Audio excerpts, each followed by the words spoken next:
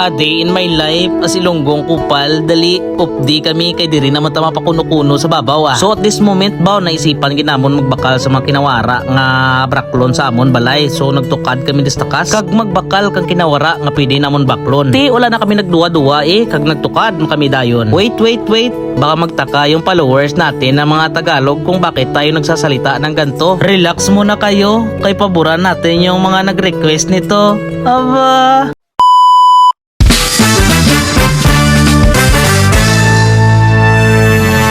What up? Diri naman na inyo nga Paps Noel. Bagkan ti gwapo, bagkan ti babaero, hura ti bisyo, hura ga inem, hura ga panigirilyo. Simbalang gid, abaw perti ka beet. Sa kadya nga tinion, nakita naton si Mr. Danilo galakat-lakat tis takas. At tinatanong ko nga siya kung saan si Carl, abaw dire-diretso sa Kapanaw. Mayo man kay gitudo naman dayon, sugin katuan ko na Puntahan ko muna si Carl. Bumili nga daw ng Rexona. Nung malaman ko na andon si Carl, kagad na rin tayo sumulod dito at binuksan pa nga tayo ng bata dito. At pagkapasok ko dito sa loob, ginsagap-sagap po si Carl. Mayo kay nag-counter naman siya kag nagbayad rin. Wala na ko nagdugayan to magsagap ka na sulod At kung nadumduman yung kanina na may nagbukas sa akin na bata doon, kagad ko tiniktikan to si Carl na bibigyan ng pira pagkalabas namin. Bubuksan tayo ng bata to Bigyan mo ng piso. At nung hinambalan ko si Carl na bigyan na yung bata ng 5 piso, pagkalabas namin, kaagad niya rin dinukutan yung kanyang wallet para tugruan tong bata para kunwari sabihin ng mga tao na ba, perti kabuat na bata to, good Samaritan.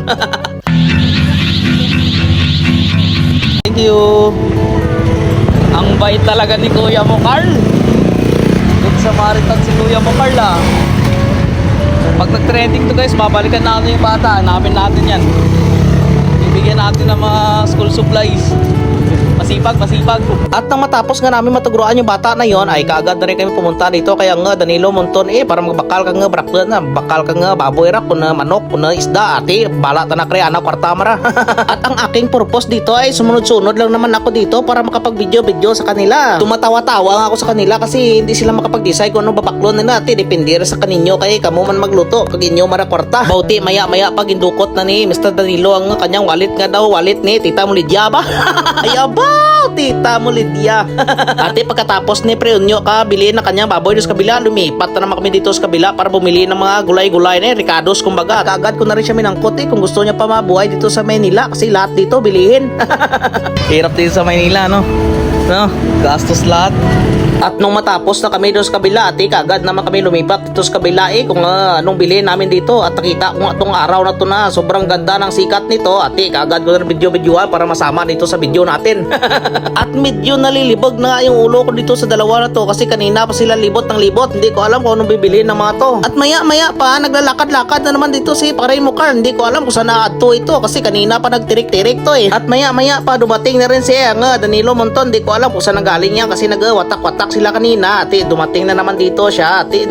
Imaw naman sa darawa nagpili-pili. Ako na baklan Kag sa amo ni nga part lipay-lipay nagikuay natapos ng ila problema. Sa sobra nila kalibot-libot nakina kung ano baklo nila natapos na kag nabakal na nilang tanan-tanan. Kag after dito nagsailo naman kami dire sa may burgasan kay wala na kami bugas kag nabakal kami kang pila lang ka kilo. Kay tuma nagid ka mahal ang bugas subong. Baw tanan na lang gid ka mahal. Kita lang siguro ang di mahal kadya. Ay abaw. Si Toto lang gid Danilo ang pinakamayad kadya kay kamahal-mahal tana. Abaw. After naman magbili ng bigas doon, naghinay-hinay na kami uli mano pati mo kadya hapon ron abaw. At nabili na namin yung mga binili namin. Meron kaming bigas. Ulam ni Danilo. Ulam na mamoy. So, ayun, salamat sa pagsama nyo ngayong hapon sa trip namin kahit dito lang sa labas. At see you naman sa susunod na kalokohan natin. Let's go!